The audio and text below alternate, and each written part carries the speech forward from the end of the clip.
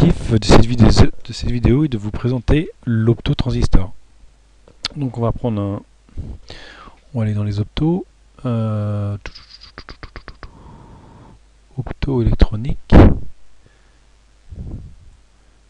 435. On va prendre celui-là, il y a un modèle. Voilà, 435. On va faire un miroir X. Voilà, comme ça c'est mieux. Voilà. Donc on va aller chercher un button.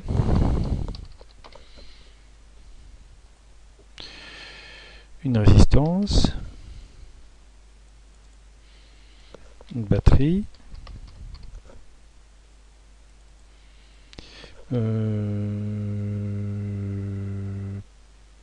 moteur.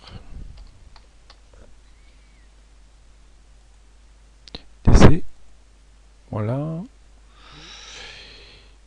Et puis on va aller voir dans le 4N35, on va aller voir les caractéristiques. 4N35. Alors.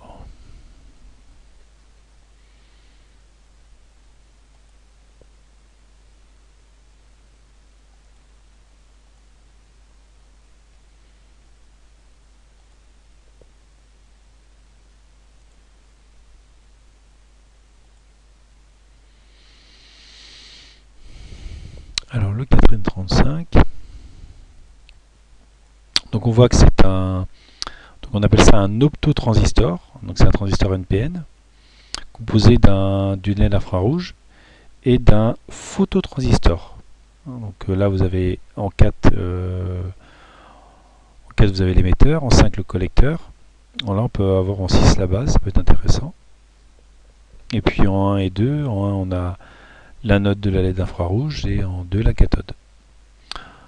Donc là les valeurs, on peut 6 volts au niveau du courant dans la LED, ne pas dépasser, pardon, 60 mA, excusez-moi. Tension inverse ou avec lequel on claque la LED infrarouge, c'est 6 volts. Ensuite le VCE, on ne doit pas dépasser 30 volts entre collecteur et émetteur. Le courant de collecteur 150 mA. Donc c'est-à-dire que le courant dans le moteur sera inférieur à 150 mA. Et puis ce qui nous intéresse aussi, c'est la tension dans la LED infrarouge, 1,5 volts. Donc voilà ce qui nous intéresse. Donc on va les mettre un button.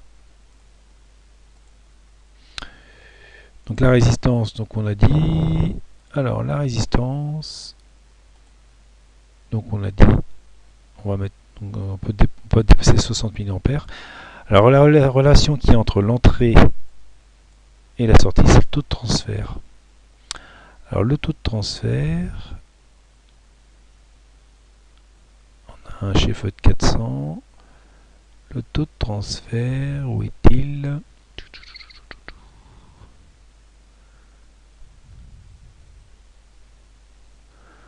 Alors IC en fonction de IF, et bien il est là. Vous voyez, c'est ça, cette courbe-là. Donc admettons que IC, alors c'est 10, c'est pas, c'est 10, c'est 10 quoi, ampères. On sait pas trop. Donc là on a le courant dans la LED, la tension au niveau de la LED infrarouge. Là, c'est pas très clair. Son IC doit être égal à combien au maximum? IC en milliampères, on voit que on a 30 milliampères. Ouais, c'est pas énorme. 30 milliampères sur le collecteur. Pour un courant direct de 10 milliampères. Donc pour 10 milliampères, si je regarde 1, donc là j'ai un taux de transfert de 0,1. Je mets 10 milliampères et j'ai 1 milliampère en sortie. Oh, c'est pas terrible.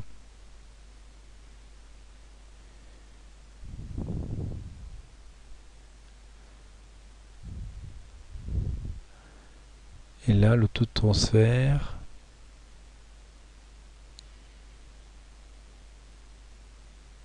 courant de transfert ratio,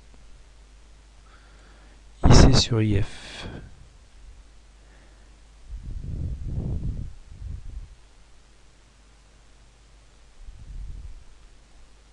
CTR, le taux de transfert.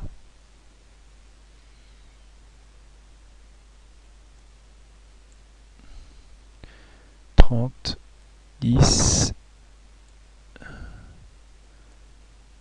Ah, c'est marrant parce que là on a un taux de transfert de... On a 30 mA pour 10 mA. Donc on a un coef de 3. Et donc en pourcentage ça fait 300. C'est bien logique. Mais par contre si on regarde la caractéristique, pour 10 mA, IC, ouais, mais on est un petit peu au-dessus. Ouais, donc c'est possible. 1, 2, non, on devrait être là. Ouais, donc c'est pas... Normaliser IF 10 mA. 10 mA, oui. Donc là, il y a une petite incohérence au niveau des caractéristiques. Bon, là, on va vérifier ça, par exemple, cette valeur-là. Donc on va mettre un IF à 10 mA. Et normalement, on doit avoir un IC à 30 mA. Alors, si on a 10 mA, donc on va mettre une batterie, donc une sortie de microcontrôleur, donc on a du 5 volts. Voilà. Alors, si je fais 5 volts moins 1,5 volts dans la LED ici, hein, dans la LED infrarouge, donc il me reste 3,5 divisé par 10 mA, ça me fait une 350 ohms. Bon, on va mettre une 350 ohms, mais si c'est pas une valeur normalisée, c'est pour voir le taux de transfert que l'on a.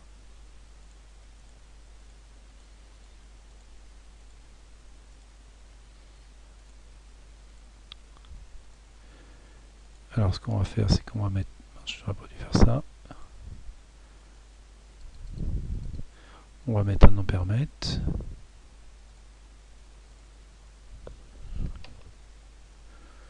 Voilà.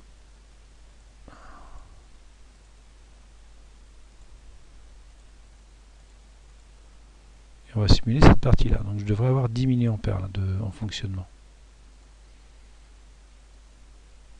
Alors, ça a l'air d'être bon. On va mettre en milliampères. Voilà. Donc j'appuie, j'ai 10 mA, voilà. Donc maintenant on va voir si on a 30 milli. Donc on voit que donc on va faire une isolation galvanique, hein, mais bon on va réutiliser, on va essayer de ne pas mettre de masse, voir si ça colle. Donc une autre alimentation, 12 volts. Un moteur, donc ça va être un petit moteur, hein, parce que 30 mA. Donc un moteur, voilà, on les relie comme ça. Je ne sais pas si ça va bien vouloir marcher sans mettre le ground. Peut-être qu'il ne voudra pas. Donc si on a 30 mA, donc on a 12 volts divisé par 30 mA, ce qui fait une résistance de charge de 400 ohms. Donc là, on a 400 ohms. Ce sera le courant max. Et puis on va mettre un ampèremètre ici. DC émetteur.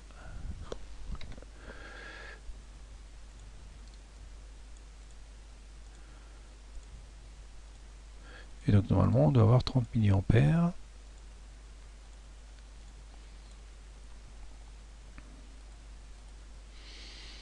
Alors on appuie. Avec 2 mA. On voit que le taux de transfert il n'est pas terrible. Donc là on a un taux de transfert de combien? 2 mA, donc de 50%. Donc on voit que le taux de transfert ne correspond pas à pour la simulation. Hein. Donc on a 2 mA, on a 3 mA. Donc on a 33% de taux de transfert. Hein, si on fait 2,8 divisé par 10, hein, ça fait 0,28. Et 0,28, ça fait 28%. Voilà. Donc ce qui fait que là, si on veut que ça fonctionne, donc on fait 12 divisé par 2,8 mA, ce qui fait une 4285 ohms. 4285 ohms.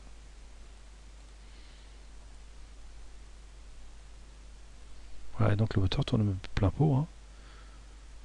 Là, il roule bien, hein, il tourne bien. Alors, on pourrait mesurer la tension.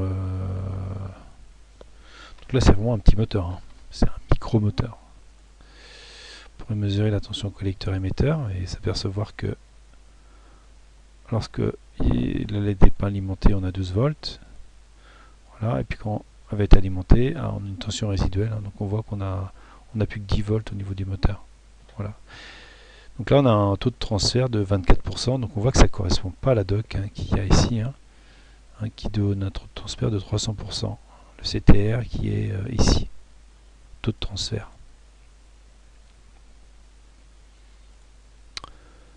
Donc si on augmente bien sûr le courant, hein, donc si on diminue si on met une résistance de la moitié, 175 ohms, on va voir que le courant va passer à 40 milli. Ah non.